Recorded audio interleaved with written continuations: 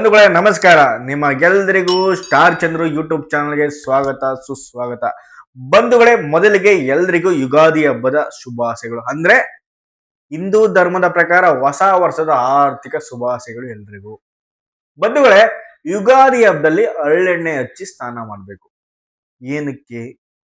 ಅದಕ್ಕೆ ಇರುವಂತ ಒಂದು ಧಾರ್ಮಿಕ ಒಂದು ಕಥೆ ಏನು ಅಂತ ತಿಳ್ಕೊಳ್ಳೋದಾದ್ರೆ, ಒಂದು ಬ್ರಹ್ಮದೇವರು ಅಂದ್ರೆ ಈ ಒಂದು ಸೃಷ್ಟಿಕರ್ತ ಯಾರು ಹೇಳಿ? ಬ್ರಹ್ಮದೇವರು, ಹೌದಲ್ವಾ?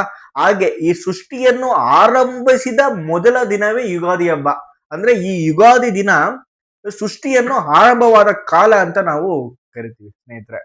ಬಂಧುಗಳೇ, ಯುಗಾದಿ ಹಬ್ಬದ ದಿನ ಹರಳೆಣ್ಣೆ ಹಚ್ಕೋಬೇಕು ಅಂತ ನಮ್ಮ ಹಿರಿಯರು ಅಂದ್ರೆ ಒಂದು ಸನಾತನ ಕಾಲದಿಂದನೂ ಆಚಾರ ಮಾಡ್ಕೊಂಡು ಬಂದಿದ್ದಾರೆ. ಯಾಕೆ ಹಚ್ಕೋಬೇಕು ಅಂದ್ರೆ, ಹರಳೆಣ್ಣೆ ಅಂದ್ರೆ ನಮ್ಮ ದೇಹದಲ್ಲಿರುವಂತ ಒಂದು ಅಶುದ್ಧತೆ, ಒಂದು ನಕಾರಾತ್ಮಕ ಶಕ್ತಿಯನ್ನು ತೊಳೆದಾಕೊಂತು. ಹರಳೆಣ್ಣೆ ಅನ್ನೋದು ಒಂದು ಏನ್ ಇಂಡಿಕೇಟ್ ಮಾಡುತ್ತೆ ಅಂದ್ರೆ ಆರೋಗ್ಯ ಮತ್ತೆ ಶಕ್ತಿನ ಇಂಡಿಕೇಟ್ ಮಾಡಿದ್ರೆ, ಆ ಸ್ನಾನ ಏನ್ ಮಾಡುತ್ತೆ?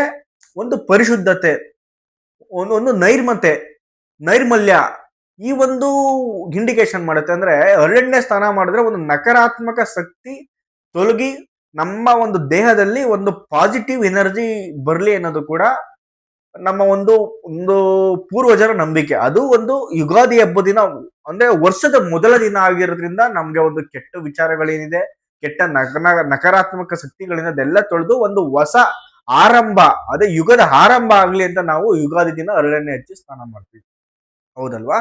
ಹಾಗೆ ಹಚ್ಚೋದ್ರಿಂದ ಇನ್ನು ಎಷ್ಟು ನಮ್ಗೆ ಆರೋಗ್ಯಕ್ಕೆ ಏನು ಲಾಭಗಳಿದೆ ಹರಳೆಣ್ಣೆ ಹಚ್ಚೋದ್ರಿಂದ ಅಂದ್ರೆ, ಇವಾಗ ಯುಗಾದಿ ಹಬ್ಬ ಅಂದ್ರೆ ಒಂದು ಸಾಮಾನ್ಯವಾಗಿ ಬೇಸಿಗೆ ಕಾಲದಲ್ಲಿ ಇವತ್ತೇ ಸರಾಸರಿ ಒಂದು ಟೆಂಪರೇಚರ್ ಏನಂದ್ರೆ 30ರಿಂದ 34 35ವರೆಗೂ ಟೆಂಪರೇಚರ್ ಇದೆ. ಅಂದ್ರೆ ಆಗಿನ ಕಾಲದಲ್ಲಿ ಹರಳೆಣ್ಣೆ ಹಚ್ಚಿದ್ರೆ ಏನ್ ಮಾಡುತ್ತೆ, ಒಂದು ಸ್ಕಿನ್ ಒಂದು ತಂಪಾಗ್ತಿತ್ತು, ಸ್ಕಿನ್ ಡ್ಯಾಮೇಜ್ ಆಗ್ತಿರ್ಲಿಲ್ಲ, ಸ್ಕಿನ್ ಪ್ರೊಟೆಕ್ಷನ್ ಆಯ್ತು. ಅಂದ್ರೆ ಚರ್ಮನ ನಿವಾರಣೆ, ಅಂದ್ರೆ ಚರ್ಮ ಕಾಯಿಲೆಗಳನ್ನ ನಿವಾರಣೆ ಮಾಡ್ತಿತ್ತು, ಒಂದು ಚರ್ಮದ ರಕ್ಷಣೆ ಮಾಡೋದು ಕೂಡ ಹರಳೆಣ್ಣೆಯ ಕೆಲಸ ಆಗಿತ್ತು.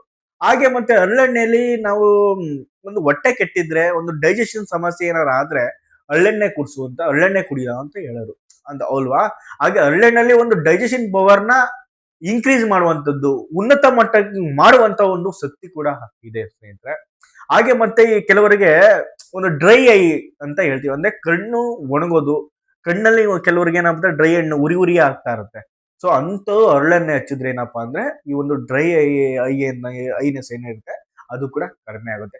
ಹಾಗೆ ಒಂದು ಜಾಯಿಂಟ್ ಪೇನ್, ಕೆಲವರು ಏನ್ ಮಾಡ್ತಿದ್ರಪ್ಪ ಅಂದ್ರೆ ಮೈಕನ್ನು ಆದಾಗ ಹರಳೆಣ್ಣೆ ಬಿಸಿ ಮಾಡಿ ಹಚ್ಕೋತಿದ್ರು. ಸೊ ಅದು ನೋವನ್ನ ನಿವಾರಣೆ ಮಾಡ್ತಿತ್ತು. ನೋಡಿ, ಇಷ್ಟೆಲ್ಲ ಹರಳೆಣ್ಣೆ ಹಚ್ಚೋದ್ರಿಂದ ಒಂದು ಒಂದು ನಮ್ಮ ದೇಹಕ್ಕೆ ಎಷ್ಟು ಉಪಯೋಗ ಇದೆ ಅಂತ ನಾವು ತಿಳ್ಕೋಬೇಕು ಸ್ನೇಹಿತರೆ. ಹಾಗೆ ನಮ್ಮ ಹಿರಿಯರು ರೂಢಿ ಮಾಡ್ಕೊಳ್ತಿರುವಂತ ಒಂದು ಆಚಾರ ವಿಚಾರಗಳಿಗೂ ಪ್ರತಿಯೊಂದಕ್ಕೂ ವೈಜ್ಞಾನಿಕ ಮೂಲ ಅರ್ಥ ಇದ್ದೇ ಇರುತ್ತೆ ಸ್ನೇಹಿತರೆ. ಇದಕ್ಕೋಸ್ಕರ ನಮ್ಮ ಹಿರಿಯರು ಹರಳೆಣ್ಣೆ ಹಚ್ಚಿ ಸ್ನಾನ ಮಾಡೋದ್ರ ಮುಖಾಂತರ ಯುಗಾದಿನ ಆರಂಭ ಮಾಡ್ತಿದ್ರು. ಅಂದ್ರೆ ಒಂದು ಕೆಟ್ಟ ಒಂದು ಎನರ್ಜಿ, ಒಂದು ನಕಾರಾತ್ಮಕ ಚಿಂತನೆ, ಆಲೋಚನೆಗಳಿಗೆ ಎರಡು ಕೂಡ ಹೋಗ್ಬಿಟ್ಟು ಒಂದು ಹೊಸ ಯುಗದ ಆರಂಭ ಆಗುವಂತ ದಿನನೇ ಯುಗಾದಿ ಅಂತ ಆಯ್ತು ಸ್ನೇಹಿತರೆ. ಹಾಗೆ ಅದೇ ದಿನ ನಾವು ಬೇವು ಬೆಲ್ಲ ತಿಂತೀವಿ. ಅಂದ್ರೆ ಕಹಿ ಮತ್ತು ದುಃಖ. ಬೇವು ಬೆಲ್ಲದ ಒಂದು ಮೂಲ ಅರ್ಥ ಏನಪ್ಪ ಅಂದ್ರೆ ಕಹಿ ಮತ್ತೆ ದುಃಖ ಎರಡು ಕೂಡ ನಾವು ಜೀವನದಲ್ಲಿ ಅಳವಡಿಸ್ಕೋಬೇಕು, ಅಲ್ವಾ? ಈ ಬೆಲ್ಲ ಏನ್ ಇಂಡಿಕೇಟ್ ಮಾಡೋದು, ಒಂದು ಸಿಹಿನ ಇಂಡಿಕೇಟ್ ಮಾಡಿದ್ರೆ ಕಹಿ ಒಂದು ದುಃಖನ ಇಂಡಿಕೇಶನ್ ಮಾಡುತ್ತೆ. ಅದರಿಂದ ಈ ಒಂದು ಜೀವನದ ಅರ್ಥನೂ ಕೂಡ ಹಬ್ಬದ ದಿನ ನಾವು ತಿಳ್ಕೊಳ್ಳುವಂತ ಒಂದು ಹಿನ್ನೆಲೆಯಲ್ಲಿ ಬೇವಿನ ಬೆಲ್ಲನ ವೈಜ್ಞಾನಿಕವಾಗಿ ಆರೋಗ್ಯಕ್ಕೆ ಬೇವು ಬೆಲ್ಲ ತಿಂದ್ರೆ ಏನು ಉಪಯೋಗ ಅಂತ ನಮ್ಗೊಂದು ಆಲೋಚನೆ ಬರಬಹುದು ಸ್ನೇಹಿತರೆ. ಅದಕ್ಕೆ ನಾನು ಒಂದು ಉತ್ತರ ಕೊಡ್ತೀನಿ. ಏನಂದ್ರೆ, ಬೇವು ತಿನ್ನೋದ್ರಿಂದ ನಮ್ಮ ದೇಹದಲ್ಲಿ ಇರುವಂತ ಒಂದು ಡಿಟಾಕ್ಸ್ ಅಂದ್ರೆ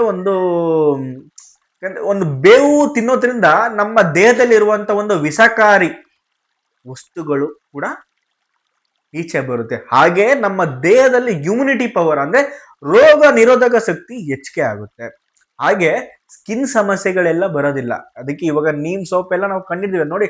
ನಮ್ಮ ಪೂರ್ವಜರು ಎಷ್ಟು ಬ್ರಿಲಿಯಂಟು, ಎಷ್ಟು ವೈಜ್ಞಾನಿಕವಾಗಿ ಆಳದಲ್ಲಿ ಎದ್ದು ಮಿಂದು ಒಂದು ಬೇವು ತಿನ್ಬೇಕು ಅನ್ನೋದು ಹೇಳಿದ್ರು. ಹಾಗೆ ಏನಪ್ಪಾ, ಈ ಒಂದು ಬೇವು ಬೆಲ್ಲ ತಿನ್ನೋದ್ರಿಂದ ಏನಪ್ಪಾ, ಶ್ವಾಸಕೋಶ ಶುದ್ಧಿಗೆ ಸಹ ಆಗುತ್ತೆ. ಹಾಗೆ ಬೆಲ್ಲ ತಿನ್ನೋದ್ರಿಂದ ಈ ಒಂದು ಅನಿಮಿಯಾ ಅನ್ನೋದು ಕಡಿಮೆ ಆಗುತ್ತೆ. ಅಂದ್ರೆ ಅದ್ರಲ್ಲಿ ಐರನ್ ಕಂಟೆಂಟ್ ಇರುತ್ತೆ ನೋಡಿ. ಇದೊಂದು ಮೂಲ ಅರ್ಥ ಏನಪ್ಪಾ ಅಂದ್ರೆ ಬೇವು ಬೆಲ್ಲ ಅಂದ್ರೆ ಜೀವನದಲ್ಲಿ ಎಷ್ಟೇ ಕಷ್ಟ ಸುಖಗಳು ಬರ್ತವೆ ಅದೆಲ್ಲ ನಿಭಾಯಿಸಿ ಜೀವನ ಮಾಡುವಂತ ಒಂದು ವಿಚಾರ ನಾವು ತಿಳ್ಕೊಬೇಕು. ಅದರಿಂದ ಅದನ್ನ ಇಂಡಿಕೇಟ್ ಮಾಡುವಂತದ್ದೇ ಬೇವು ಬೆಲ್ಲ. ಸ್ನೇಹಿತರೆ ನೋಡಿ, ನಮ್ಮ ಹಿಂದೂ ಧರ್ಮಕ್ಕೆ ಹುಟ್ಟಿಲ್ಲ ಸಾವಿಲ್ಲ ಅಂತ ಹೇಳ್ತಾರೆ. ಅದನ್ನ ಯಾರು ಹಿಂದೂ ಧರ್ಮದ ಸ್ಥಾಪಕರು ಅಂತ ಕೇಳ್ತಾರೆ. ಬಟ್ ನಾನು ಅಂತವ್ರಿಗೆಲ್ಲ ನಾನು ಒಂದು ಮಾತು ಹೇಳ್ತೀನಿ ಸ್ನೇಹಿತರೆ, ಹಿಂದೂ ಧರ್ಮದ ಒಂದು ಸ್ಥಾಪನೆ ಯಾವಾಗ ಆಯ್ತು ಏನು ಹಾಗೆ ಹೀಗೆ ಕೆಲವರೆಲ್ಲ ಚರ್ಚೆ ಮಾಡ್ತಾರೆ. ಅದಕ್ಕೆ ನಾನು ಒಂದು ಉತ್ತರ ಏನಪ್ಪಾ ಅಂದ್ರೆ, ಹಿಂದೂ ಧರ್ಮ ಪ್ರಕೃತಿ ಜೊತೆನೆ ಹುಟ್ಟಿರುವಂತ ಧರ್ಮ ಯಾವ್ದಾರ ಇದ್ರೆ ಹಿಂದೂ ಧರ್ಮ. ಯಾಕಂದ್ರೆ ನಾವು ಪ್ರಕೃತಿನ ಆರಾಧಿಸ್ಕೊಂಡು ಪೂಜಿಸ್ಕೊಂಡು ಪ್ರಕೃತಿ ಒಳಗೆ ಬೆಳೆದಿರುವಂತ ಒಂದು ಧರ್ಮ, ಒಂದು ಆಚರಣೆ, ಅದೊಂದು ಧರ್ಮವಾಗಿ, ಅದು ಸನಾತನ ಧರ್ಮ, ಹಿಂದೂ ಧರ್ಮವಾಗಿದೆ ಸ್ನೇಹಿತರೆ.